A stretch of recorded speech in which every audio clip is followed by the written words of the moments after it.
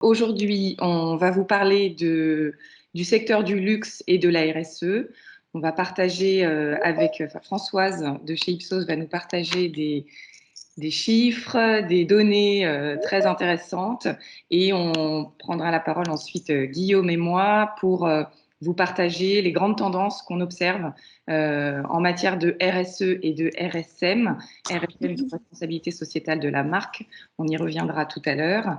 Donc, Link Up Factory, nous sommes une agence conseil et communication qui accompagnons les entreprises et les marques dans leur démarche d'engagement, dans leur ambition pour contribuer à un monde plus durable et pour faire connaître aussi ces démarches d'engagement en direction de tout leur public. On a 3 domaines d'expertise chez Link Up. L'accompagnement dans les démarches RSE, responsabilité sociétale des entreprises, les stratégies RSM, donc tout ce qui va être au niveau de la marque, de l'engagement de la marque, de l'intégration du discours d'engagement dans le discours de la marque et dans le développement des offres, des services et des produits de la marque. Et puis une autre expertise sur le changement de comportement, l'accompagnement des changements nécessaires aussi à une société plus durable. Voilà, nous sommes adhérents au Global Compact, membres du Club Advanced, certifié B Corp et agréé recherche. Aujourd'hui avec nous, Françoise Ernest, directrice Cultural Intelligence chez Ipsos. Je vais te laisser te présenter ensuite, Françoise. Moi, je suis donc Isabelle Donat, directrice générale adjointe associée chez Link Up. Et avec nous aussi ce matin, Guillaume Grandjean, consultant ingénieur chez Link Up Factory. On va présenter les choses ensemble tout à l'heure. Françoise, je vais te laisser la main. C'est avec plaisir que j'interviens ce matin un peu en contexte et en introduction de ce petit déjeuner virtuel. J'espère que vous avez un café. Et en fait, on collabore assez souvent avec Isabelle, avec les équipes de Sandrine Raffin, avec Link Up Factory, sur des sujets RSE. Là, je vais plutôt prendre ma casquette Culture Luxe, puisque c'est un réseau qu'on a créé chez Ipsos, un réseau d'experts qu'on a créé depuis 2 ans. Au départ, comme je m'occupe d'une grosse étude quantique qui s'appelle le World Luxury Tracking, ce réseau, il a été collaboratif. C'est un réseau d'entraide à l'intérieur d'Ipsos. Et on en a fait un réseau de compétences et d'animation et d'échanges pour monter en puissance l'expertise sur l'univers du luxe chez Ipsos, sachant qu'on est dans 90 pays, donc il y a plein de facettes différentes. Moi, je travaille sur ce qui s'appelle Cultural Intelligence, c'est vraiment la compréhension du consommateur dans toutes ses dimensions, dans ses différences culturelles. Et je vais vous partager quelques éléments qui sont issus de ma réflexion et beaucoup de cette étude World Luxury Tracking.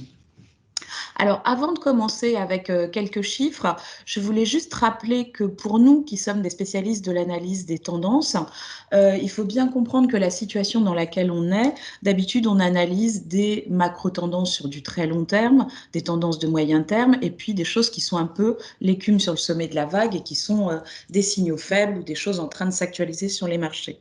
Et pour nous, le Covid dans tous les secteurs de consommation, pas que dans l'univers du luxe, je pense qu'il a été financièrement impacté, mais sur le fond et dans son ADN peut-être moins impacté que d'autres univers et d'autres secteurs. Mais en tout cas, ça a provoqué vraiment un tsunami.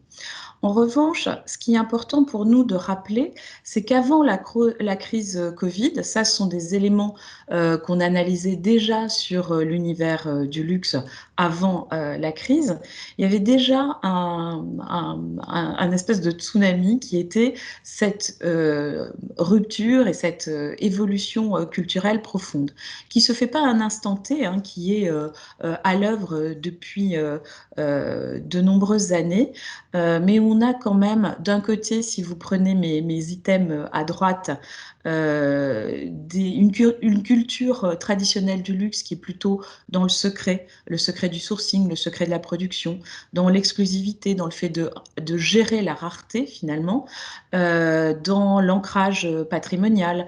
Les grandes marques de luxe, ce sont des familles avant tout, et puis une culture de l'héritage. et puis un élitisme et pendant très longtemps des stéréotypes sociaux qui ont été véhiculés. On peut le dire jusqu'à peu de temps, hein, dans des secteurs, dans la joaillerie, dans pas mal de secteurs, on avait quand même beaucoup de stéréotypes qui étaient véhiculés encore souvent par la communication. Et à côté de ça, on a vu émerger depuis au moins une dizaine d'années des soucis vraiment de plus en plus importants de transparence, un paradoxe qui est difficile à gérer dans une problématique durable, qui est l'ouverture du luxe à des publics beaucoup plus importants.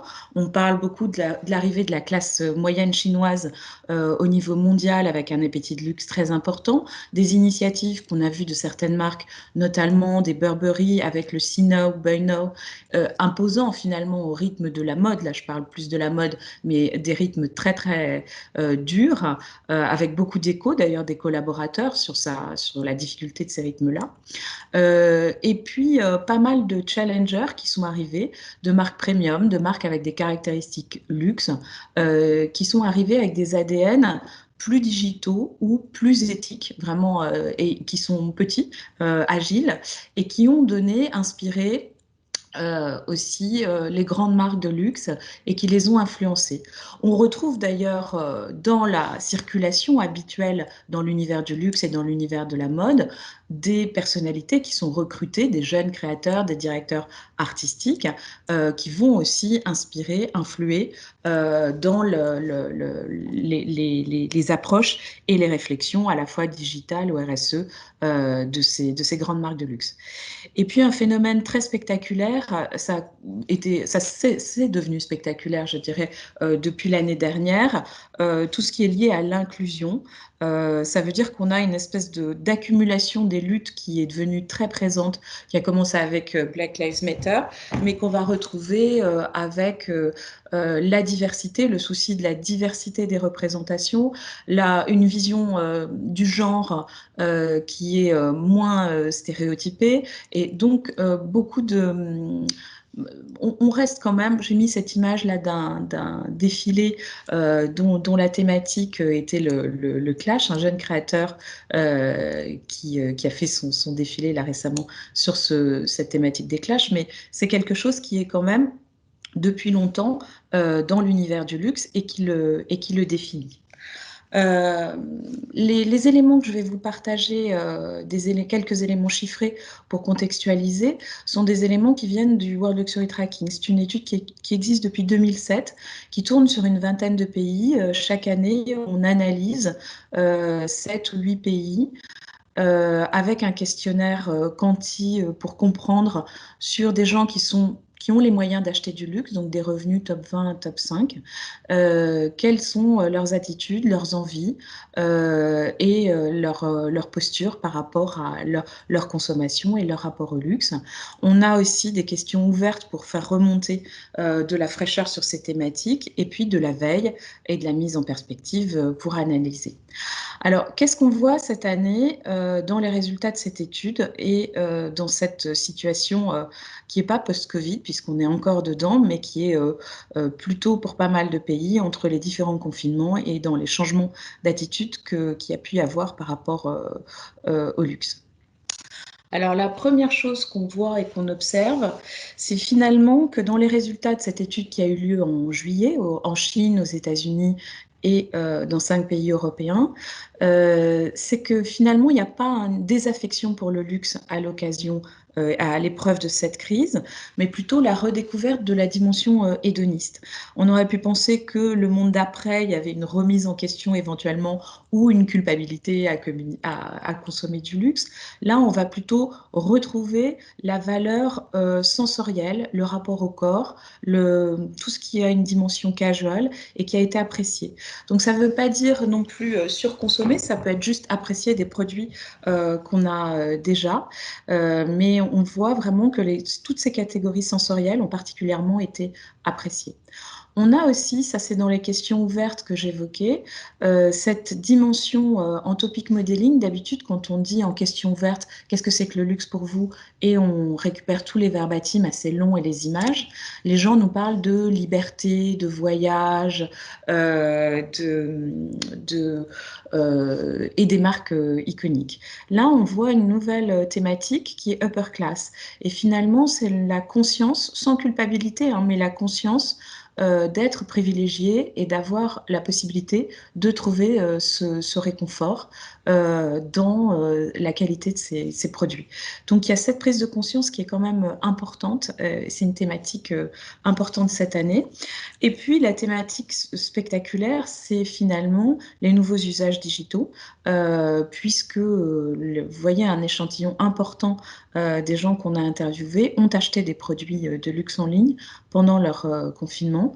Ils ont acquérir finalement plus d'agilité, ils ont acquis pardon, plus d'agilité dans leur relation aux marques en digital et ils attendent cette expérience efficace avec évidemment des préoccupations sur la protection des données personnelles qui montent beaucoup dans notre étude. Et derniers éléments qui vont se rapprocher du cœur de notre sujet et de ce qui va être exploré par Isabelle, c'est finalement le rapport aux produits de luxe et à sa dimension éthique. On garde en premier critère dans notre étude, on voit que la très haute qualité et l'authenticité restent le critère numéro un, quelle que soit la zone, et que c'est quelque chose d'extrêmement important. Pourquoi je dis que c'est un rapport? Parce que c'est aussi la défense de l'artisanat, de l'emploi, de l'intégrité finalement de ces marques de luxe. Et c'est une thématique qui est très attendue par les consommateurs et qui est quelque chose de très présent. J'ai participé hier à un webinaire et ça m'a amusé parce que les gens citaient cette citation que j'ai mise dans ma présentation, que j'aime bien, qui est une citation de Jean-Louis Dumas, qui était le patron d'Hermès, et qui disait « Le vrai luxe, c'est ce qui peut être réparé ». Et je mettais en perspective cette photo de sacs qui, chez Sotheby's, ont atteint des prix, je crois que c'est 300 000 livres, aux ventes aux enchères. On voit une explosion, en fait, des ventes aux enchères de biens de luxe. Il y a un titre, un journal qui titrait les enchères, l'avenir du luxe. Mais en tout cas, on voit cette transmission, cette valeur d'un objet qui n'est pas un objet de grande consommation habituelle et qui se transmet. On voit d'ailleurs dans l'économie du luxe, dans notre étude WLT, des progressions très fortes sur les niveaux quand on demande aux gens où est-ce que vous achetez vos produits de luxe, quelle que soit la zone, sur les sites de seconde main ou les magasins de seconde main. Vous voyez pas de progression en Europe, mais il y avait eu des progressions très fortes de plus 6 points, 10 points l'année dernière dans la vague 2019 qu'on avait fait. Donc c'est quelque chose d'important. On voit que les motivations et les modèles sont multiples, à la fois sur de la récupération, de l'upcycling, sur de la participation. Freytag, c'est une marque de luxe, de sac à main qui travaille à partir de toiles recyclées et qui propose des ateliers où on peut venir faire soi-même son sac. Ça donne toute une autre valeur. Ou alors simplement les friperies et de plus en plus une prise de conscience par les marques de luxe de l'importance de cette seconde vie des produits.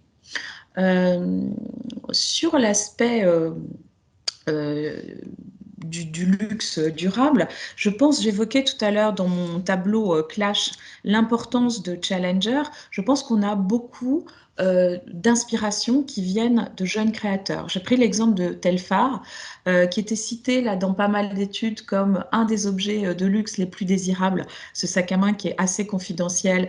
Et en fait, je trouve que c'est une marque qui a été créée dans les années 2000 par un jeune créateur, je crois qu'il est nigérien, enfin il est afro-américain d'origine et qui connaît un succès très important et qui a été une des premières marques à partir de 2005 à prôner le gender fluide, qui reverse la plupart de ses bénéfices à des associations, qui est quelqu'un de très engagé. Mais je pense que ça a imprégné, et c'est une évolution naturelle du luxe, d'avoir cette dimension disruptive et d'accompagner les évolutions de la société, voire de les anticiper.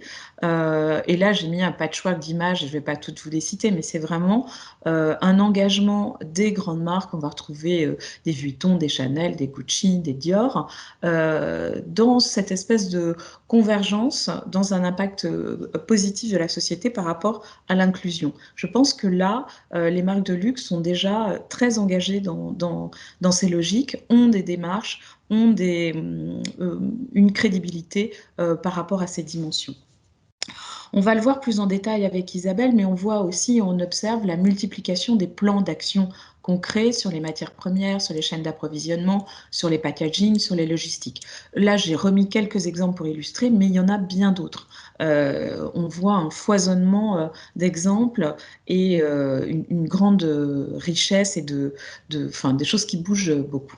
Mais ma spécialité, moi, c'est plutôt regarder ce qu'en pensent les consommateurs. Et on a quelques questions dans le World Luxury Tracking, donc dans les résultats 2020 de cette année, sur notre échantillon de plus de 8000 personnes qui ont été interviewées. Et on voit notamment que les niveaux sont hauts et continuent à progresser, de gens qui disent, dans les critères d'achat d'une marque, quand j'achète une marque de luxe, j'aimerais qu'il y ait une garantie d'un engagement écologique et éthique.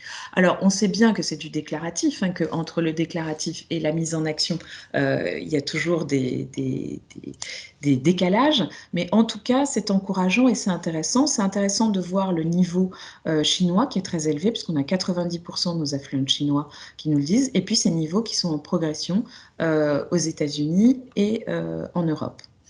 Quand on zoome en fait sur les différentes zones, là on est sur la zone européenne, ça permet de voir que effectivement sur ces items d'attente que les marques de luxe soient engagées d'un point de vue écologique et éthique, on a bien évidemment une part importante des millennials, donc des moins de 35 ans là dans nos colonnes, mais on voit que ça progresse aussi dans les autres générations.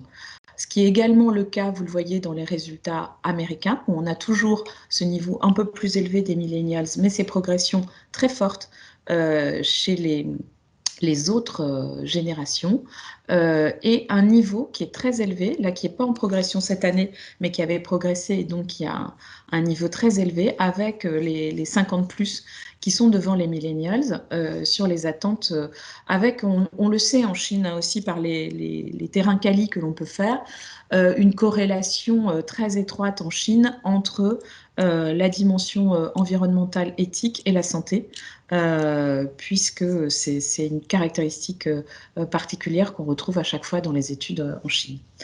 L'autre dimension qui est explorée dans cette étude, c'est en termes de critères d'achat, le respect du bien-être animal, c'est quelque chose qui est aussi important, qui est particulièrement important, on le voit en Chine, contrairement à ce qu'on aurait pu attendre, et puis qui progresse dans les différentes régions, avec également des évolutions, là si on regarde en Europe, un lead et un peu une locomotive des millennials, qu'on retrouve dans les 3 zones, mais également des fortes progressions dans les autres générations et ces niveaux très élevés également en Chine. Cependant, pour mettre un bémol quand même par rapport à notre étude, ça, ce sont des questions fermées avec des rankings de différents items sur ce qu'on attend d'une marque de luxe. Et même si on progresse, on reste quand même sur des rangs, c'est un peu au second rang par rapport aux autres critères qu'on peut avoir sur les autres, par rapport aux autres attentes d'une marque de luxe. Autre bémol, dans notre étude cette année, on avait une question sur finalement l'impact positif pendant la crise des marques de luxe. Et les résultats étaient assez décevants. Vous voyez les colonnes en bas, no one of them, qui sont en orangé, qui sont assez élevées. C'est que finalement, malgré les efforts qui ont été mis en œuvre par pas mal de marques de luxe dans le monde, les résultats sont assez limités. Alors, vous allez regarder les résultats de la Chine, vous allez me dire ils sont élevés, mais en fait, traditionnellement, les répondants chinois, quand ils sont interviewés, sont plus enthousiastes. Et en plus, dans l'univers du luxe, ils sont très emballés par les univers du luxe. Et donc, toutes les marques de luxe, vous retrouvez plutôt les marques, non pas qui se sont engagées particulièrement en Chine, mais qui ont de la notoriété en Chine. Et donc, le simple fait qu'elles existent et qu'elles soient là, c'est un réconfort et c'était quelque chose d'important. Donc, les résultats chinois sont interprétés quand même avec mesure. Mais en Europe, peut-être Armani va ressortir beaucoup en Italie, mais on a peu de marques finalement par rapport aux efforts qui ont été faits qui ressortent. Également, une étude là, qui n'est pas le WLT, mais qui est un baromètre Covid qu'on a mis en place avec les équipes de Brice Teinturier, et une question qui était posée au printemps, justement, sur la participation en France des différents secteurs à cet effort contre le coronavirus. Et on voit que le luxe arrive vraiment dans les derniers secteurs. Donc, pas forcément une reconnaissance de la participation finalement positive aux efforts dans la société. Mais pour terminer sur une petite note un petit peu plus positive, c'est intéressant donc de voir quand même que dans notre division Brandels Tracking qui pilote beaucoup de grands trackers de marques pour des marques de luxe, on voit évoluer finalement les critères de désirabilité d'une marque. Ça, je pense que c'est un des éléments les plus encourageants de la part des consommateurs, avec les méthodologies justement de questions ouvertes où on fait des brand mental network, où on récupère des éléments venant des consommateurs en leur imposant moins une grille d'analyse. On voit que finalement dans leurs critères, les dimensions traditionnelles de performance, de mesure de performance d'une marque, qui étaient les packs attractifs, la modernité, l'innovation, l'expertise, ont tendance plutôt à s'atténuer par rapport à d'autres valeurs d'utilité sociale et de valeur ajoutée, d'expérience positive. Donc un glissement que je trouve intéressant. Et finalement, le bilan qu'on fait, nous, par rapport aux éléments qu'on a, c'est que vraiment, aujourd'hui, l'univers du luxe est en pleine mutation et de la contrainte du coronavirus et des lockdowns et des contraintes que tout le monde a eues depuis un an. On a fait presque une opportunité pour les marques du côté droit du mapping avec les enjeux digitaux. Par contre, on n'a pas eu une prise de conscience et une accélération des préoccupations environnementales associées aux questions de RSE à l'occasion de cette crise-là. Mais on voit que c'est un travail plus lent et que c'est une contrainte qui est intégrée. Voilà ce que je voulais partager pour introduire la réflexion et le travail de Link Up Factory et d'Isabelle.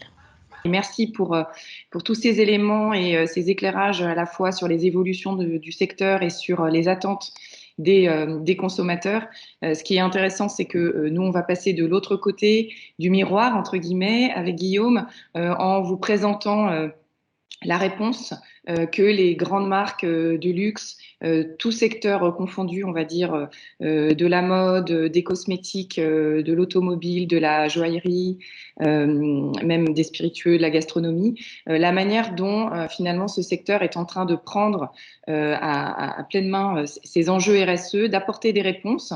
Et si la préoccupation environnementale et sociétale n'est pas encore au top, dans le top prioritaire des attentes des consommateurs, on sait que l'offre influence aussi la demande et on va voir ensemble qu'il y a beaucoup d'initiatives, beaucoup de choses qui sont faites par les grandes maisons, les grandes griffes sur différents sujets très complémentaires les uns des autres.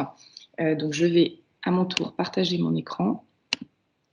Donc effectivement, en rebond un peu de ce que Françoise était en train vient de nous expliquer, on est dans un contexte très mouvant sur tous les enjeux de développement durable. Il y a de nombreux enjeux maintenant qui touchent les marques, quelles qu'elles soient, et les grandes marques aussi, le secteur du luxe est évidemment impacté.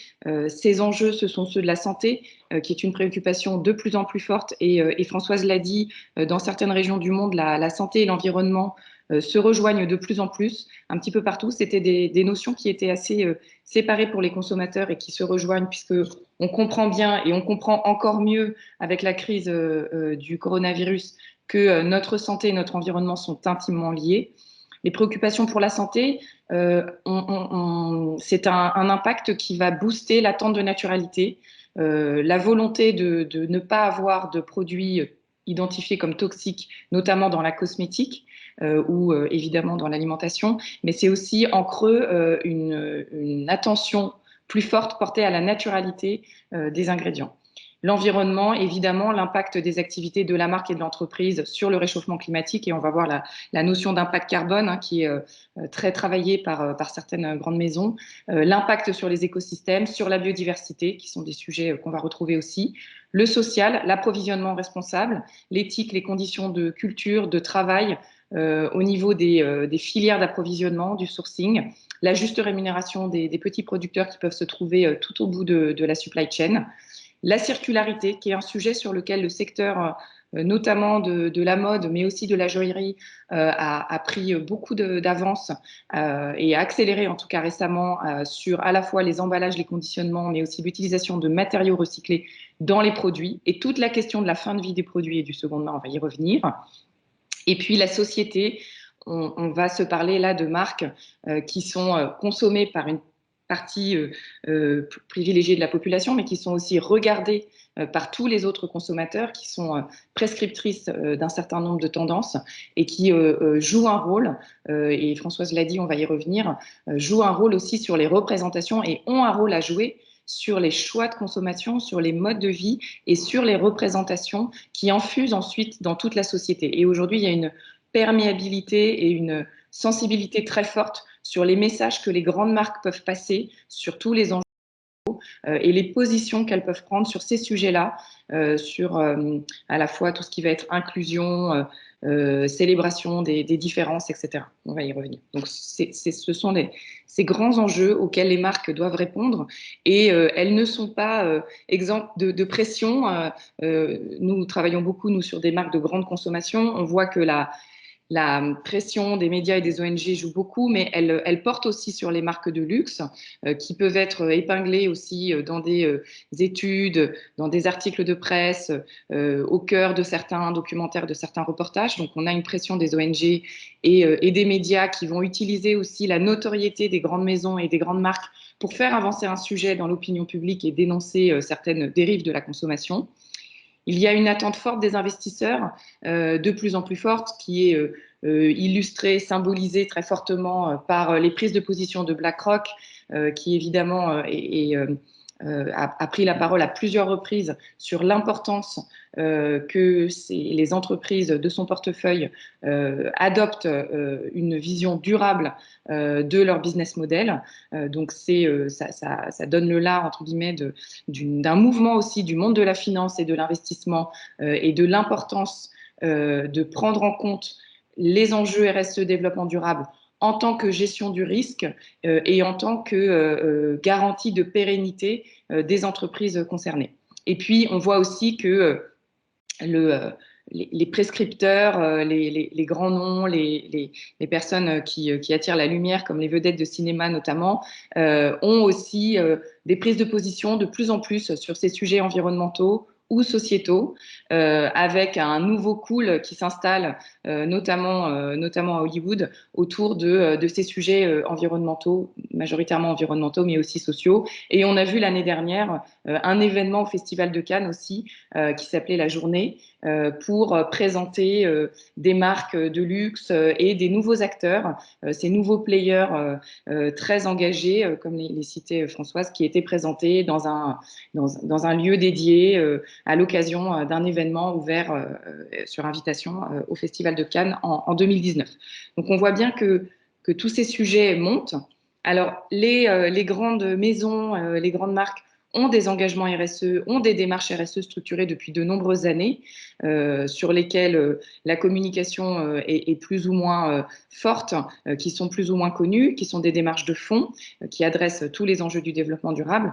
Mais ce qu'on voit aujourd'hui, c'est qu'il y a une attente très forte de visibilité. Alors cette visibilité de l'engagement des grandes marques, elle a été accrue très fortement, très ponctuellement et visible, je dirais, y compris des non-initiés, puisque certaines de ces grandes maisons et de ces grandes marques ont pris des engagements au moment de la crise sanitaire, notamment au moment du premier confinement, que ce soit par la fourniture de masques, par la fourniture de gel hydroalcoolique, la mise à disposition de véhicules pour Jaguar et Land Rover, mais aussi des dons en argent, la mise à disposition de chambres d'hôtel pour des grandes chaînes d'hôtellerie.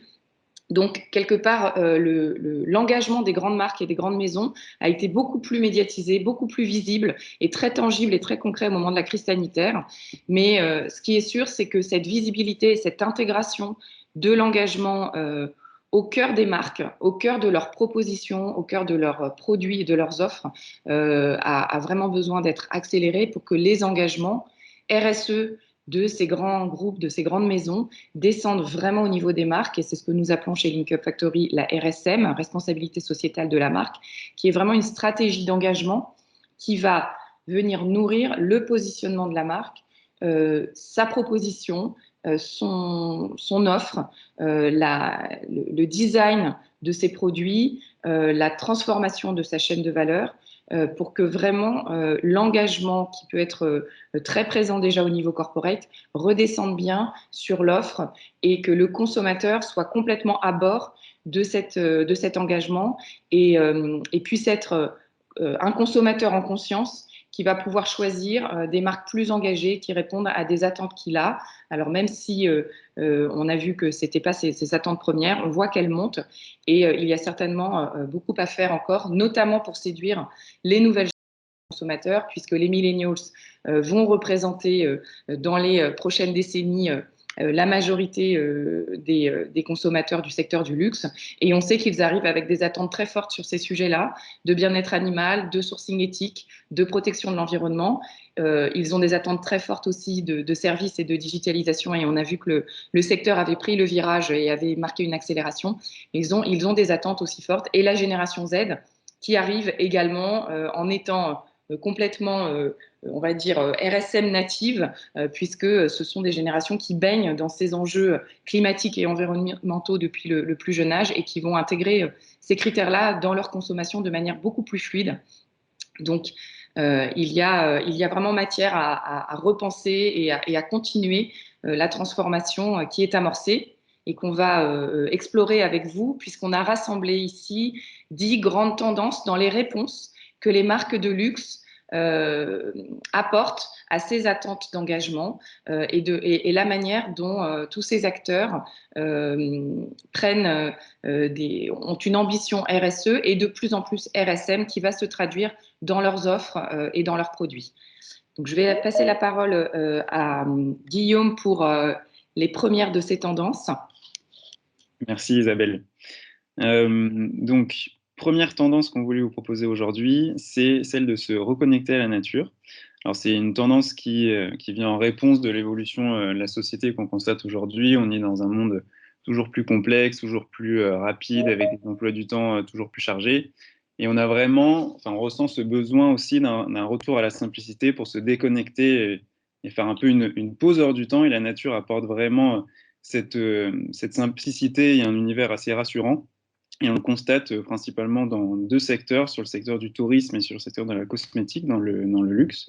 Donc, premier exemple qu'on voulait partager, c'est en lien avec l'écotourisme et notamment les écologes de luxe, qui sont un segment qui est en pleine expansion ces dernières années, dont le chiffre d'affaires augmente de presque 5% tous les ans, et qui illustre vraiment la volonté de la clientèle de se reconnecter à la nature et de vivre des moments dans des univers naturels d'exception et en adéquation avec la nature. Autres exemples qu'on peut citer aussi, c'est dans le domaine de la croisière, avec Ponant qui propose des croisières de luxe depuis plus de 30 ans, et des croisières de luxe qui sont vraiment orientées sur le tourisme durable. Donc c'est des croisières dans des lieux vraiment préservés aux quatre coins du globe, par exemple en Antarctique, avec des départs depuis la Patagonie. Et le principe de ces croisières-là, c'est vraiment de pouvoir être en adéquation avec la nature, avec des itinéraires qui sont proposés après des études d'impact sur la biodiversité et après avoir rencontrer les communautés locales pour s'intégrer au mieux à leur mode de fonctionnement. Donc, on est vraiment dans une approche qui est assez globale de tourisme durable, qui prend en compte à la fois des aspects sociétaux et environnementaux. Autre offre un peu dans la même veine de cette déconnexion et ce besoin de faire vraiment une pause hors du temps, celle de Relais et Château avec son offre Into the Wild, où là, voilà, l'idée, c'est vraiment de pouvoir vivre au rythme de la nature dans des endroits où on n'a pas l'habitude d'aller pour couper complètement avec le quotidien et vivre une expérience au plus proche de la nature, un peu hors du commun. Donc ça, c'est pour le volet écotourisme. Côté cosmétique, alors c'est un autre secteur où de nombreuses marques s'engagent sur ces sujets-là. On le retrouve aussi dans la grande consommation, mais c'est de plus en plus présent aussi dans l'univers du luxe. On peut citer en premier lieu l'exemple de Tata Harper, qui est une marque relativement pionnière sur ces sujets-là, sur ces aspects de naturalité, et la volonté vraiment de faire du bio, du naturel haut de gamme. Donc c'est une marque qui a fait un gros travail sur le sourcing, sur les ingrédients, sur la formulation, et qui est aujourd'hui devenue très appréciée des stars et des influenceurs, et qui s'use vraiment comme une référence de la green cosmétique de luxe, qui a ouvert un petit peu une nouvelle voie sur ces sujets-là dans le luxe. Quelques autres exemples, alors là pour le coup un peu plus français, l'exemple de David Lucas, qui est un célèbre coiffeur de stars, et qui lance une gamme de produits d'entretien et de beauté, Respect, qui sont conçus à partir de principes actifs d'origine végétale, avec voilà, l'idée d'avoir des produits qui soient pauvres en chimie et qui trouvent un équilibre entre la naturalité, l'efficacité et le respect de l'environnement. C'est associé aussi à des engagements en lien avec l'économie circulaire, dont Isabelle a déjà un peu parlé, dont on reparlera plus tard, avec le principe d'avoir aussi des flacons un peu plus, enfin des plus gros formats pour éviter de multiplier les usages. Autre exemple, celui du rouge français, avec des pigments d'origine végétale. Et l'exemple de Dior, notamment une de ses gammes qui est Capture Totale, qui revendique près de 90% d'ingrédients naturels, en se basant sur l'association de 4 fleurs, dont certaines proviennent des jardins Dior, célèbres jardins avec des plantes de haute qualité, sans usage de pesticides, etc. Donc voilà pour la première tendance. La seconde tendance qui est assez liée à cette première, c'est une tendance autour de la préservation de la nature.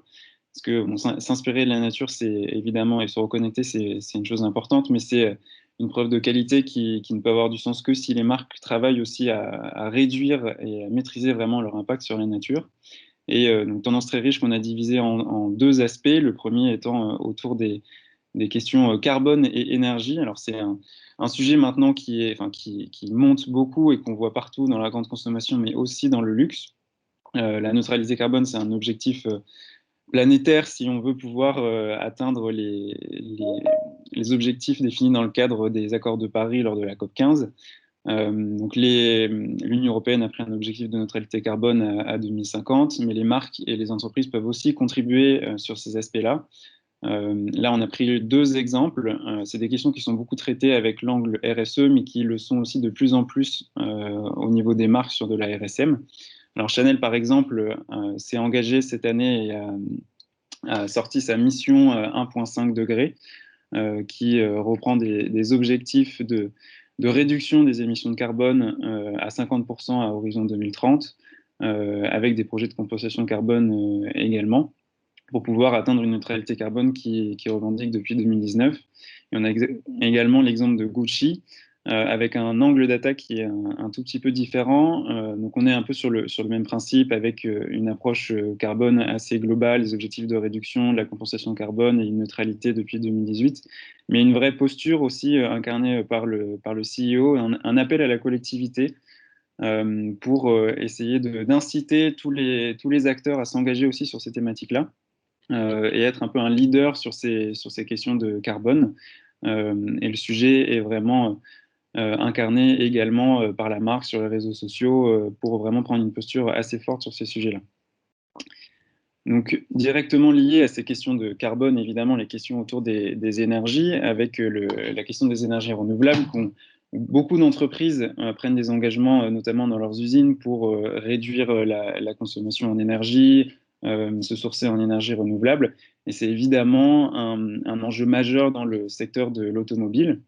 Alors, évidemment, des marques comme Tesla ont construit leur business model sur ces aspects-là, mais on trouve de plus en plus de constructeurs qui proposent des gammes électriques. Donc, c'est le cas notamment de Lucid avec la Lucid Air, où on est sur des réponses à des enjeux d'avoir des modèles qui soient avec une meilleure autonomie, tout en ayant un confort qu'on peut retrouver sur des modèles sans forcément qu'ils soient électriques. Donc, c'est un jeu où les constructeurs sont de plus en plus avancés maintenant en termes de technologie. Donc, on a ces exemples-là chez Lucid, on a Porsche qui a sorti un modèle l'année dernière. Donc, c'est vraiment beaucoup d'évolutions sur ce secteur automobile, beaucoup de progrès. En termes de mobilité douce, on le voit en grande consommation, vraiment l'avènement du vélo, avec de plus en plus de vélos. On le constate aussi sur le secteur du luxe, avec une offre qui se développe. Deux exemples ici qui sont bâtis un peu sur les mêmes modèles, Heritage Bike et Colline, où on est sur des vélos vraiment très haut de gamme, qui sont produits en France. Pour Heritage Bike, c'est sur les bords du lac d'Annecy. Colline, c'est dans le sud-ouest vers Biarritz. Avec une promesse au-delà de l'électrique, de produits donc, qui sont faits à la main, au local, avec des matières qui viennent au plus près des ateliers, avec aussi des valeurs autour de la transmission, du savoir-faire, etc. Et notamment, Colline, on a la possibilité, en tant que client, de visiter les ateliers pendant la construction des vélos. Donc vraiment aussi cet aspect de transmission des savoir-faire. Et enfin, dernier aspect sur les énergies, l'exemple de Ponant dont on parlait dans la précédente tendance, qui est aussi à la pointe sur, pour le coup, les énergies qu'ils utilisent pour leurs bateaux de croisière et qui sont le premier armateur mondial à proposer une propulsion au gaz naturel liquéfié qui permet de réduire les émissions de CO2 et d'autres gaz à effet de serre. Donc là aussi, on voit pas mal d'innovations. Deuxième aspect sur cette protection de la nature, des aspects évidemment de protection de biodiversité des écosystèmes, beaucoup de choses sur la biodiversité, que ce soit des engagements transverses ou plus sur des collections capsules. Guerlain, par exemple, qui est assez pionnier sur ces aspects-là, avec un engagement sur la protection de la biodiversité qui passe par les abeilles, qui est un symbole de l'engagement holistique du groupe pour une beauté plus durable. Et ça passe par exemple par des aspects sur la traçabilité dont on reparlera un petit peu plus loin et leur plateforme BeRespect, mais aussi des aspects sur la recherche et le développement qui sont enclenchés depuis plus de 10 ans déjà, avec notamment des partenariats avec l'association du Conservatoire de la baignoire d'Ouessant, avec l'Observatoire français d'apicologie, mais aussi sur des aspects de pédagogie et d'éducation des plus jeunes, donc plus récemment avec la B-School qui a été lancée en 2018 ou le partenariat avec Good Planet en 2020. Donc on est vraiment sur une approche très, très globale. Et deux autres initiatives ici qui sont plus des collections capsules, bâties sur le même principe, Kenzo, avec une collection capsule qui est dédiée aux tigres, et un partenariat avec WWF et son initiative TX2 pour doubler les populations de tigres d'ici 2022. En fait, chaque pièce vendue dans cette collection permet de reverser $10 à WWF dans le cadre de cette initiative. Et côté Tiffany, c'est l'initiative Save the Wild, qui est en partenariat avec le Wildlife Conservation Network depuis 2017 et qui permet de représenter des bijoux à l'effigie d'animaux de la savane, des éléphants, rhinocéros, etc. Et qui a permis de collecter près de 8 millions d'euros depuis 2017 pour soutenir cette cause. Autre volet, le volet de la construction durable, avec deux exemples qu'on voulait pointer ici. C'est celui de Prime 5 Homes, qui est un constructeur de villas de luxe aux États-Unis, à Hollywood, et qui répond à de hauts critères environnementaux. Donc là, c'est avec un soin particulier sur le type d'énergie et l'énergie solaire, sur une optimisation de l'utilisation des fenêtres pour les éclairages, la végétalisation, le soin apporté aux matériaux, etc.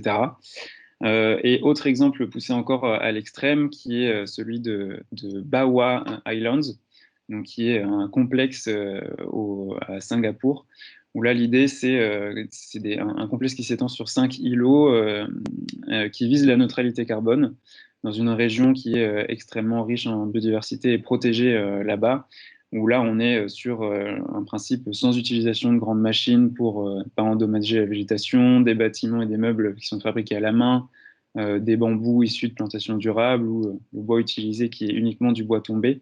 Donc vraiment une protection de la nature au maximum pour préserver les écosystèmes. Autre sujet, là on revient plutôt sur l'agriculture et notamment sur les spiritueux, avec deux exemples, celui de Rémi Martin sur l'agriculture raisonnée, où 100% des partenaires sont engagés dans cette démarche d'agriculture raisonnée depuis 2020. Et autre point d'engagement assez fort également de la marque, le fait que 220 de leurs partenaires sont maintenant certifiés HVE3, donc la norme, c'est le plus haut niveau de certification sur ce sujet-là, sur l'agriculture durable. Et ils ont atteint l'objectif d'avoir 50% de leur surface viticole certifiée avec 2 ans d'avance. Donc c'est une marque qui est assez engagée sur ces aspects-là.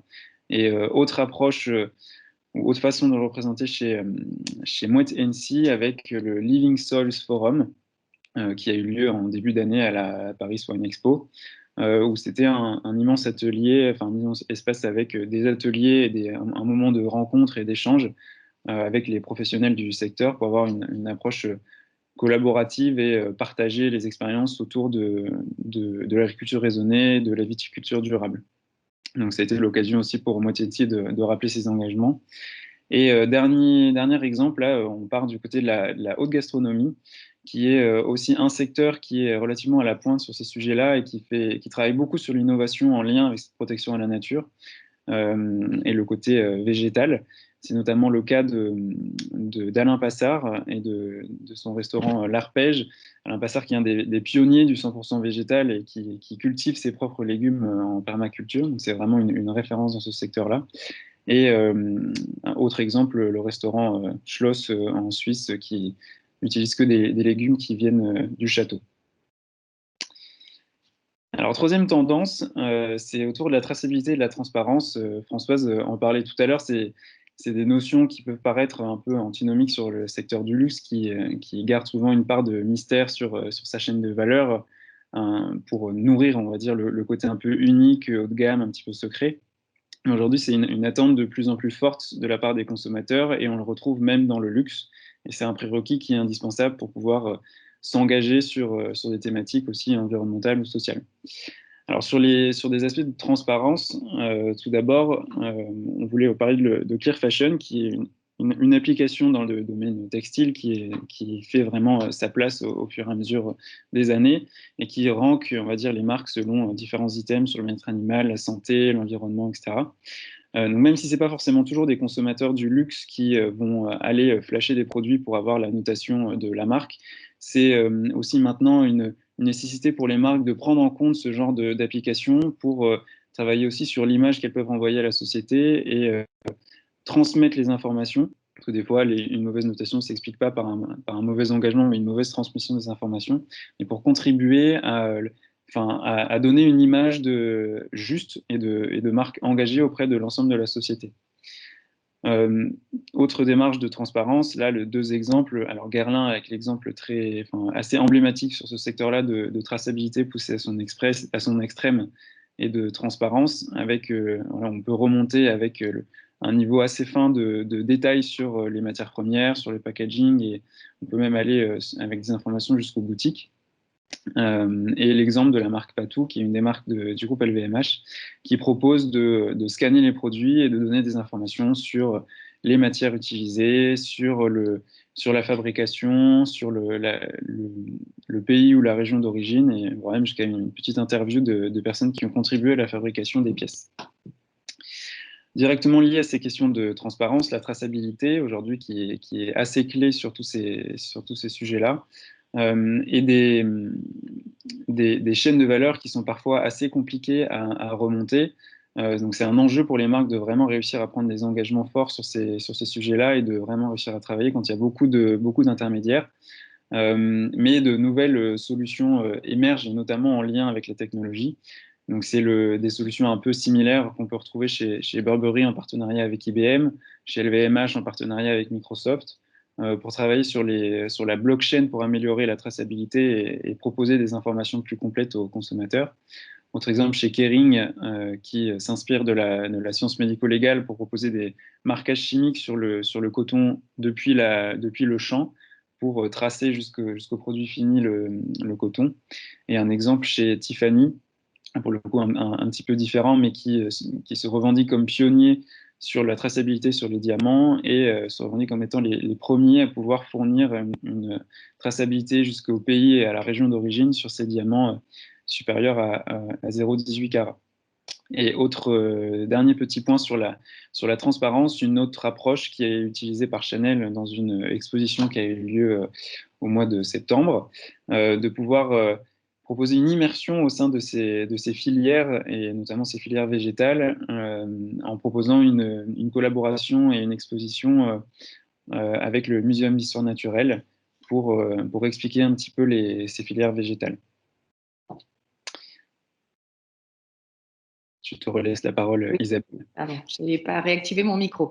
Dans la droite lignée de cette nécessité de pouvoir parler en transparence de sa chaîne de valeur, l'engagement, dans la continuité en réalité, l'engagement pour un sourcing éthique, qui est un des sujets sur lesquels le secteur du luxe doit faire face à de nombreux enjeux.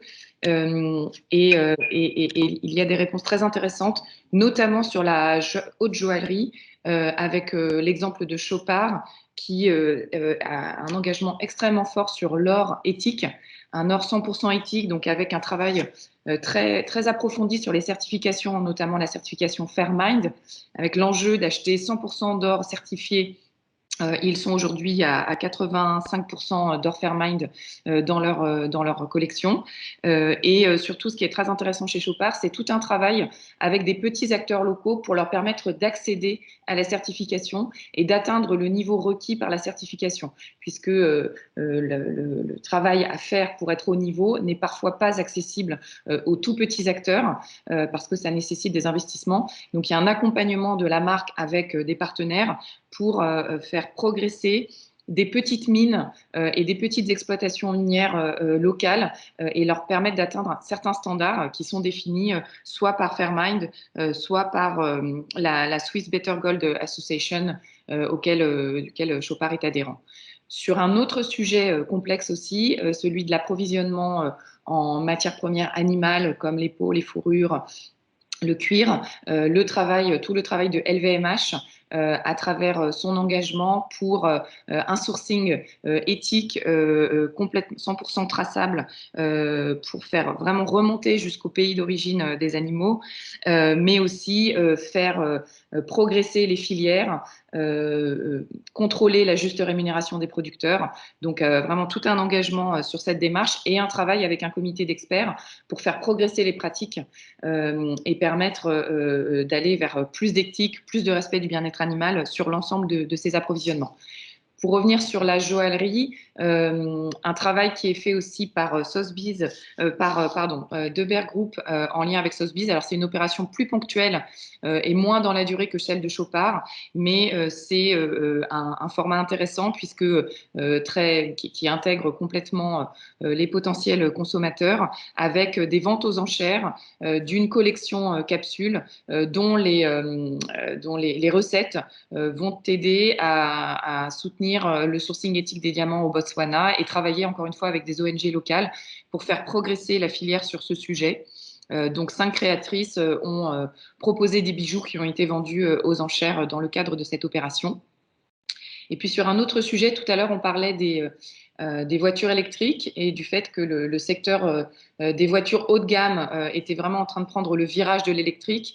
De nombreuses questions se posent sur les batteries électriques et les matériaux et notamment les minerais rares qui sont nécessaires pour la fabrication de ces batteries. Et Tesla a pris le sujet. Alors, c'est encore des initiatives qui sont un peu au début, d'après ce que Tesla raconte aujourd'hui, en tout cas en communication externe, mais avec notamment sur le cobalt, sur lequel il y a énormément de problématiques sociales au niveau de l'extraction.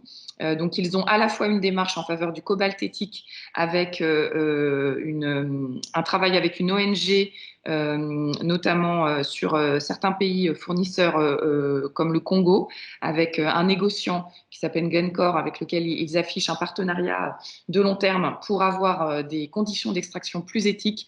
Mais la marque travaille aussi sur des alternatives et des batteries sans cobalt pour pouvoir s'affranchir de cette matière première sur laquelle il y a vraiment beaucoup de problématiques et beaucoup de travail pour arriver à un sourcing qui soit acceptable sur le plan éthique. L'innovation aussi, on en a parlé sur la traçabilité, où le recours aux nouvelles technologies permettait d'aller plus loin et de remonter sur des filières assez complexes. L'innovation peut aussi apporter des solutions pour s'affranchir de certaines matières premières et basculer sur d'autres qui vont apporter toutes les garanties attendues en termes, encore une fois, d'éthique ou d'impact environnemental. Ça va être évidemment la montée du diamant de synthèse, qui fait son apparition de plus en plus dans les collections des joailliers et qui d'ailleurs est une pierre qui est très prisée des millennials, qui ont peut-être un moindre attachement au diamant naturel et qui vont basculer plus facilement sur le diamant de synthèse, qui apporte beaucoup de garanties en termes de brillance, etc., qui a quand même des propriétés très intéressantes. Et des nouveaux joailliers comme GEM, ici, ou Courbet, dont on parlera un petit peu plus tard, ont fait le choix du 100% diamant de synthèse et de travailler cette matière, puisque elle était respectueuse, selon eux, de leurs critères globalement de garantie éthique et environnementale. La question du cuir aussi, qui est un sujet montant, le refus du cuir animal et la recherche d'un cuir végétal. Il y a donc cette innovation de la société Ball Threads avec le cuir Milo, qui est fait à partir de mycélium, donc un champignon. Donc c'est un cuir qui peut être cultivé et complètement de synthèse et cultivé en laboratoire et avec un impact environnemental aussi amélioré par rapport à d'autres cuir de synthèse. Donc là, c'est une innovation toute récente qui a reçu le soutien de plusieurs marques, dont Adidas, Lululemon, Stella McCartney ou Kering, qui ont commencé à travailler des collections qui vont être disponibles dès 2021 avec ce nouveau matériau, ce cuir végétal Milo, qui va donc faire son apparition dans les collections l'année prochaine. Et puis les marques, les grandes maisons et les grandes marques de luxe sont aussi engagées dans des démarches collectives entre elles ou avec d'autres acteurs extérieurs. Et il y a une ouverture de plus en plus aussi de ces maisons et de ces marques sur des collaborations en dehors même du secteur du luxe. Donc c'est le Fashion Pact qui a été signé l'année dernière par 147 entreprises, où certaines marques et entreprises plus avancées vont pouvoir inspirer d'autres entreprises et d'autres marques et avoir du partage d'expérience. Alors aujourd'hui, des engagements ont été pris. Il faut maintenant qu'ils soient mis en marche, mis en action.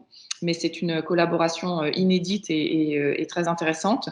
Kering, qui a mis en open source ces standards, les standards qu'ils ont travaillé avec des experts indépendants sur le bien-être animal, donc avec une certaine transparence sur leur niveau d'atteinte de ces standards actuellement et les objectifs qui se fixaient, mais aussi une mise à disposition de cette grille d'évaluation et de ces standards reconnus pour que toutes les filières, tous les acteurs de ces filières animales puissent progresser et que ça tire vers le haut le secteur.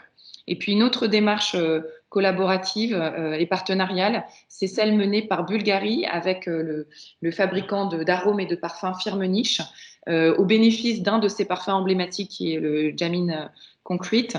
Donc c'est une démarche pour la culture durable du jasmin avec un programme de floriculture durable qui est développé en Inde mais qui concerne déjà 100 exploitations et pour vraiment, donc c'est un projet pilote qui va être développé sur 3 ans pour voir dans quelle mesure on peut respecter les standards de qualité pour la culture de cette plante, de cette fleur, tout en respectant davantage l'environnement et avec toujours une logique de juste rémunération des producteurs locaux, des techniques de permaculture qui vont pouvoir améliorer leur rendement, etc.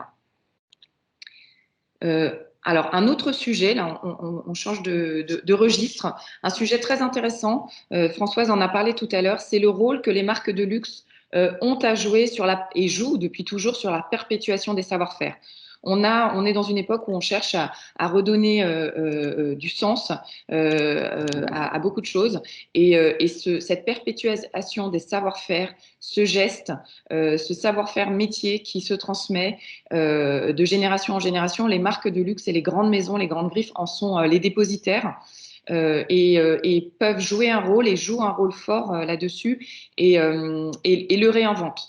Alors c'est Chanel qui est depuis toujours engagé en faveur des métiers d'art, qui a une place dédiée à ces métiers d'art dans ses collections chaque année, dans ses défilés chaque année. Et qui travaille avec beaucoup de maisons qui ont réintégré le groupe ou la maison Chanel ou qui sont des partenaires privilégiés. Un lieu dédié aux métiers d'art était prévu, son ouverture en 2020 qui a été un peu repoussée par les événements actuels. Mais vraiment, c'est une maison qui met à l'honneur cet artisanat de pointe et qui perpétue ses savoir-faire.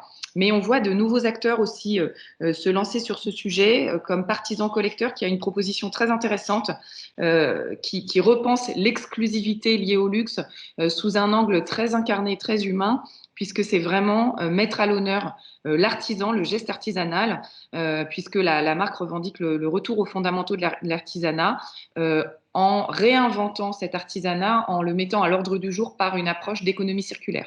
Donc ce sont des pièces uniques qui sont travaillées de bout en bout par un seul artisan. Donc c'est le geste d'une seule personne qui préside au produit. Et ces créations sont travaillées avec des cuirs issus de surproduction, des stocks dormants, etc. Donc on a une logique d'économie circulaire sur laquelle il y a beaucoup d'initiatives, on va en parler juste après, mais aussi une valorisation du geste et du savoir-faire artisanal. La transmission des savoir-faire, c'est aussi un sujet que Hermès a pris à bras-le-corps il y a quelques années, notamment en ouvrant son école du cuir et de l'artisanat à destination de la maroquinerie, à la fois pour répondre à un besoin très fort, puisque c'est un secteur où il y a une demande très forte, et des savoir-faire finalement et des profils qui manquent. Donc cette école du cuir, elle est ouverte à tous. Elle s'adresse dans 9 cas sur 10 à des personnes qui n'ont pas de formation en maroquinerie ou en artisanat et qui vont donc apprendre via cette transmission à travailler le cuir, les perles, etc. Donc c'est une approche intéressante, très inclusive pour le coup, puisque l'idée, ça a été de revoir la transmission de ces savoir-faire pour pouvoir intégrer dans un temps très court, puisque c'est 9 à 10 mois de formation, des adultes qui avaient pu avoir un parcours autre avant, et donc de pouvoir être dans une transmission assez rapide, et pour autant qui répondent au niveau d'exigence évidemment d'une maison comme comme la maison Hermès. Autre exemple, Heimat Atlantica, qui est une marque qui travaille, donc qui a été lancée par l'entrepreneuse Montserrat Alvarez, pour redonner du sens aussi à l'objet de luxe, à l'objet sac de luxe, en remettant vraiment l'artisanat au cœur. Et donc, c'est une ligne d'accessoires et de sacs, et notamment le best-seller, une corbeille en cuir, qui est vraiment réalisée selon des techniques artisanales espagnoles très anciennes, mais là aussi qui sont remises au goût du jour par un design innovant. Et en travaillant aussi avec des fétiches en porcelaine. Donc, on voit bien que là, l'artisanat est vraiment mis à l'honneur pour des pièces qui vont encore une fois être très exclusives. Et puis enfin, le rôle depuis toujours des marques de luxe, des griffes, des grands créateurs, c'est de savoir réinventer la tradition, c'est de savoir être audacieux avec un héritage très fort, mais dont il faut parfois s'affranchir. Et c'est à la fois l'objectif du prix de la Loewe Foundation, son Craft Prize, qui récompense des artisans très pointus, mais qui vont savoir réinventer la tradition, moderniser et projeter dans l'avenir des savoir-faire artisanaux. Donc là, on voit qu'on est vraiment dans quelque chose qui projette dans l'avenir et où les marques de luxe, enfin où la marque et la fondation Loewe jouent un rôle très important. Et puis dans le monde de la gastronomie, il y a beaucoup d'innovations, il y a beaucoup de créations, d'initiatives et beaucoup d'audace. Et là, à titre d'exemple, le chef star, un des chefs stars du moment, Virgilio Martinez, qui est donc un chef péruvien qui a fait ses armes auprès des plus grands chefs, notamment français, et qui est revenu au Pérou pour ouvrir notamment un restaurant. Il en a aussi maintenant un à Londres. Mais en tout cas, son restaurant historique qui s'appelle Mille, qui est sur les hauteurs près de Lima, et au sein duquel il travaille des ingrédients issus presque exclusivement des Andes, et il réinvente et il retravaille la cuisine andine en s'inspirant de toutes les influences qu'il a pu prendre au travers de son parcours. Et donc, et il travaille beaucoup en respectant la biodiversité, avec des filières locales, etc.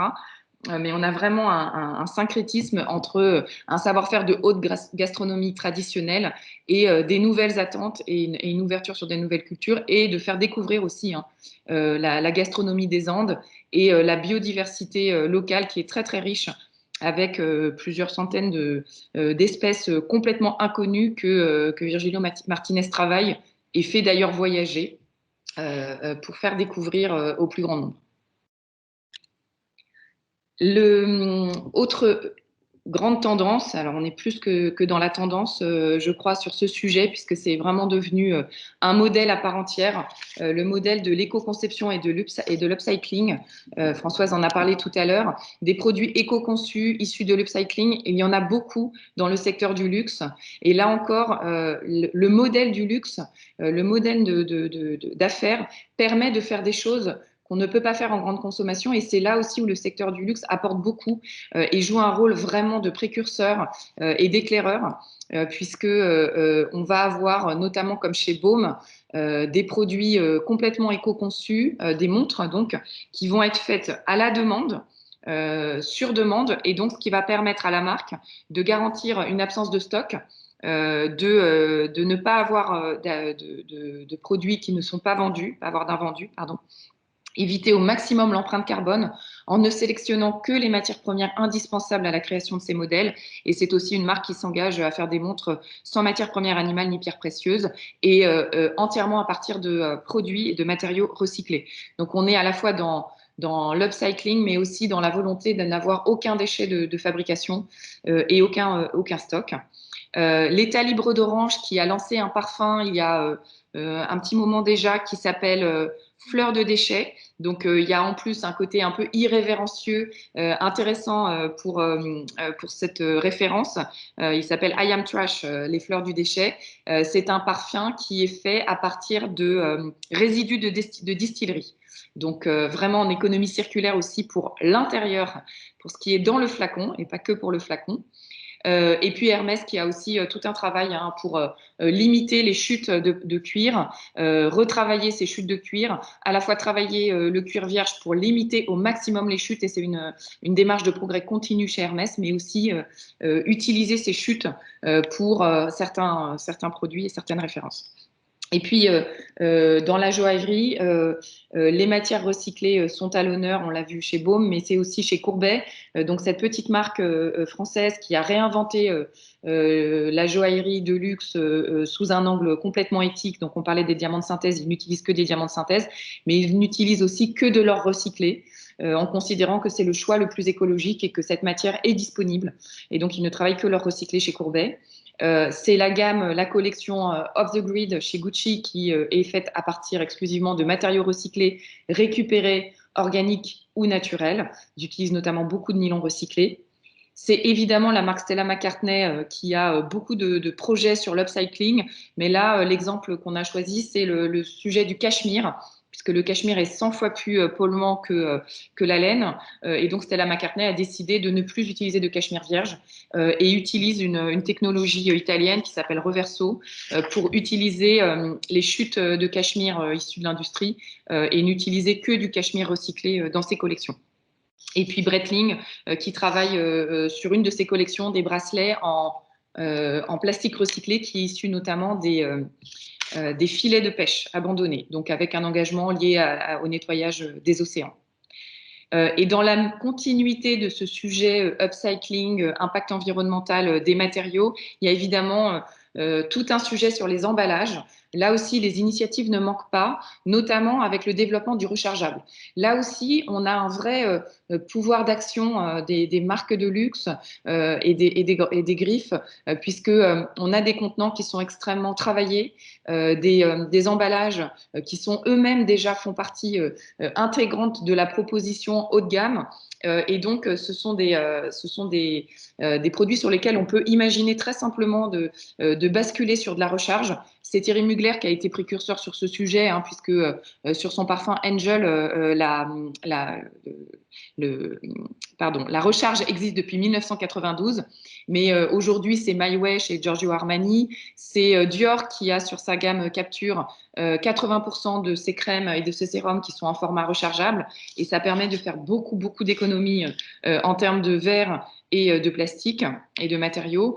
C'est L'Oréal aussi qui a lancé il y a maintenant presque 2 ans sa gamme capillaire de recharge, rechargeable en salon de coiffure et avec un format carré pour ses bouteilles qui permet de vider plus facilement sa bouteille, de ne pas perdre de produit, de ne pas avoir de difficultés pour aller jusqu'au bout du produit, et c'est aussi en termes de logistique plus efficient. Et puis Hermès qui a lancé il y a un petit moment déjà aussi, son rouge à lèvres rechargeable pour limiter aussi le poids des emballages. Dans la continuité de cette démarche sur le zéro plastique et les emballages réinventés, la gastronomie n'est pas en reste, et notamment avec cette initiative qui est quand même très intéressante du Mirazur, qui est donc un restaurant sur la Côte d'Azur triplement étoilé, hein, depuis 2019 au Michelin, qui a été sacré meilleur restaurant du monde au World's 50 Best l'année dernière.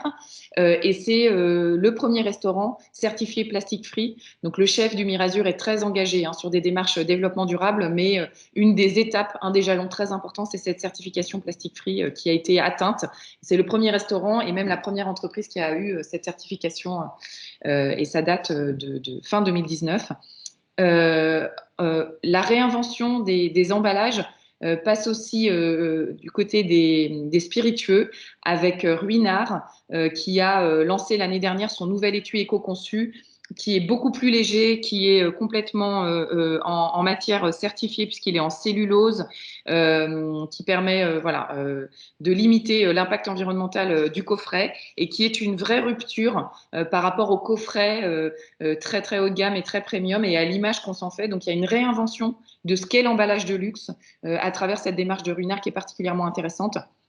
Et enfin, la nouvelle marque lancée par Shiseido, Baume, sur lequel il y a une réflexion assez poussée aussi sur le renouvellement des emballages, puisque la marque ne comprend que des emballages issus de matériaux recyclés. Il y a un partenariat avec un grand acteur de l'ameublement japonais pour récupérer les chutes de bois. Il y a une partie en fait des emballages et des coffrets qui sont en bois pour cette marque Baume. C'est aussi du plastique biosourcé ou issu du recyclage, du verre recyclé, et des options de recharge aussi pour cette nouvelle marque.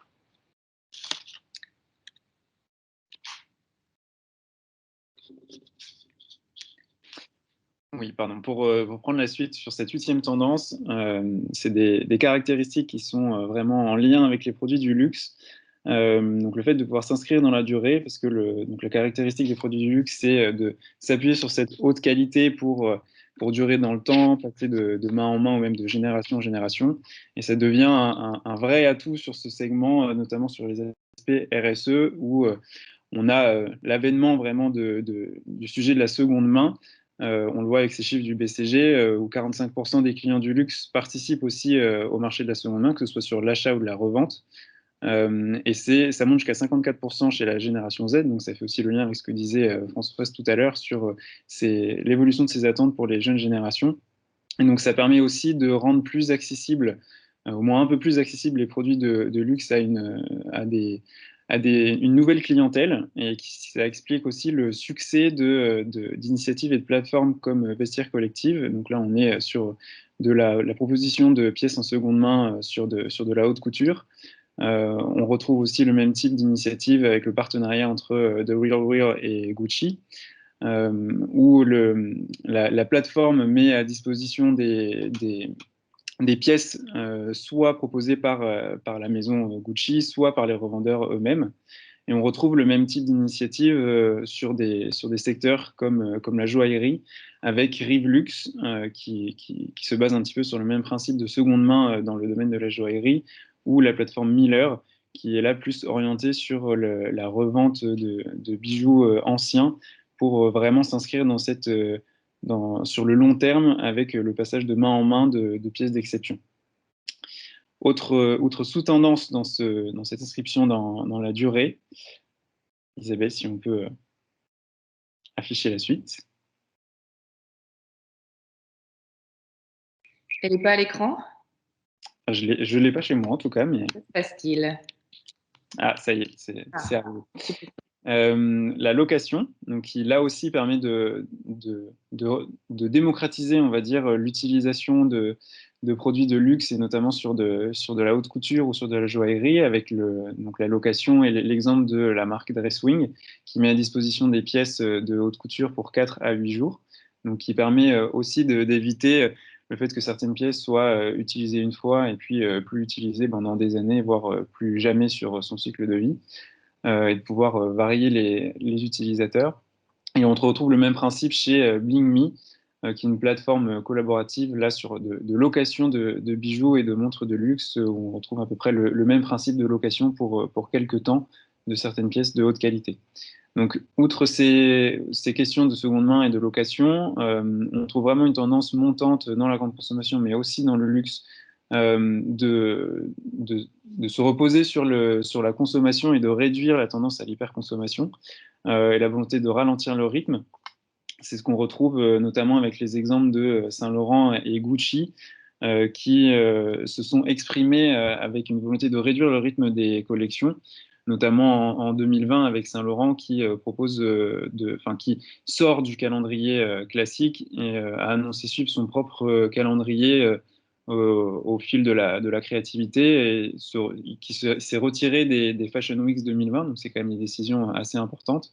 Et de la même façon, chez Gucci, le directeur artistique de la marque a annoncé lui aussi remodeler un petit peu la façon de sortir ses collections et pour avoir vraiment son propre tempo et ne plus céder au rythme effréné de la mode. Donc là, c'est vraiment une tendance aussi un petit peu montante de prendre un petit peu plus le temps et de réfléchir autour d'une consommation qui s'inscrit vraiment dans la durée. Et c'est vrai que cette notion de temps, d'intemporalité, encore une fois, peut vraiment être l'apanage du luxe dans une société où on a tous envie de ralentir. Il y a quelque chose qui est de l'ordre finalement de l'ADN, puisque une pièce de créateur, un bijou se transmettent et il y a quelque chose de très naturel à aller sur du vintage, etc., dans le secteur du luxe. Mais c'est vrai que cette envie de ralentir est très à propos pour toutes ces, à la fois pour les collections, mais aussi pour la pérennité dans le temps des produits. Avant-dernière tendance, et on arrive à la fin de ce panorama, la culture inclusive, Françoise en a dit un mot aussi en introduction. Traditionnellement, c'est un secteur, le secteur du luxe qui s'affranchit justement des codes, on va dire, communs, qui est dans l'audace, dans la créativité, qui est porté par des créateurs depuis toujours. Et c'est vrai que pour la partie inclusion, célébration des différences, il y a quelque chose qui a été vraiment enclenché il y a déjà quelques années, mais qui s'accélère au niveau des grandes marques, que ce soit dans la mode, dans la haute couture, dans la cosmétique, avec notamment quelques exemples ici, mais on pourrait en citer beaucoup d'autres. Opening Ceremonies qui, au printemps 2019, lors de son défilé, a fait défiler a célébré et a fait défiler des modèles drag queen pour vraiment mettre en avant toute la communauté LGBTQ. C'est la marque de Rihanna, Fenty Beauty, qui est pensée, designée pour toutes les carnations et toutes les couleurs de peau. Donc vraiment une approche très inclusive. Et puis c'est aussi un peu la personnalité emblématique de Virgil Abloh, directeur artistique chez Vuitton pour l'homme, qui a fait rentrer cette culture de la rue, ce streetwear sur les podiums, qui a, on va dire, mixer le streetwear à l'américaine avec le savoir-faire français et italien de la haute couture et qui milite aussi pour une mode plus inclusive avec des frontières un peu abolies entre le mainstream et une ouverture en tout cas de ce secteur de la mode. On voit bien que là, sur des sujets, on arrive sur des sujets plus sociétaux. Et il y a un sujet qui est très, très pris en main par le secteur de la mode, c'est la place des femmes et le Women Empowerment.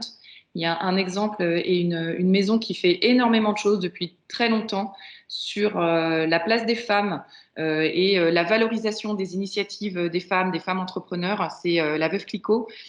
Puisque depuis les années 70 déjà, il y a un prix qui récompense les femmes entrepreneurs, l'entrepreneuriat au féminin, donc depuis presque 50 ans, avec ce Business Woman Award. Mais c'est une démarche qui est très dynamique chez Veuve Clicquot, qui ne cesse de s'enrichir de nouvelles initiatives, puisque la marque a lancé l'année dernière des Bold Woman Dinners pour mettre en avant des femmes audacieuses, des femmes entrepreneuses, avec notamment autour de la gastronomie, et avec là encore un prix, le Bold Woman Award, et puis un partenariat qui est né au moment du premier confinement avec l'association Sista pour, là encore, récompenser, mettre en valeur les femmes entrepreneuses, mais aussi mettre en place un collectif de femmes innovantes et entrepreneuses et du mentoring autour de ce sujet de l'entrepreneuriat au féminin. Ensuite, il y a des initiatives sur d'autres sujets comme celle de Yves Saint Laurent avec la démarche Aimer sans abuser, avec l'association En Avant Toutes qui passe par qui est pour lutter contre les violences conjugales, avec à la fois des actions de sensibilisation, mais aussi avec l'association En Avant Toutes un fil pour recueillir la parole des victimes. Et puis, on peut citer une initiative qui a quelques années maintenant, puisqu'elle date de 2017, de LVMH et Kering, en faveur de la santé et du bien-être et de guidelines et d'un engagement pour les mannequins, vraiment en concertation avec de nombreux professionnels du secteur. C'est une démarche à nouveau partenariale pour, à la fois concernant les défilés, les campagnes publicitaires et les shootings, avoir des guides de bonne conduite quant à la santé et au bien-être des modèles. Dernière tendance, devenir une marque contributive. On a aujourd'hui des marques qui ont atteint un niveau de cohérence, on va dire, et d'engagement à de nombreuses étapes de leur chaîne de valeur, qui ont placé l'engagement au cœur de leur stratégie et au cœur de leur communication aussi dans le même mouvement. Là, on a cité Guerlain, Tesla, Stella McCartney ou encore Lago, qui est une marque de design et de meubles italiens haut de gamme. On pourrait en citer d'autres. Ce sont des noms qui sont beaucoup revenus au cours de cette présentation parce qu'il y a une démarche systémique, une démarche très cohérente. Et il y a aussi aujourd'hui sur ces attentes d'engagement une attente de cohérence, de ne pas laisser, comme on dit chez nous, de trous dans la raquette, de ne pas mettre en avant un engagement et en passant sous silence des sujets sur lesquels on est moins à l'aise ou en ne travaillant pas certains impacts.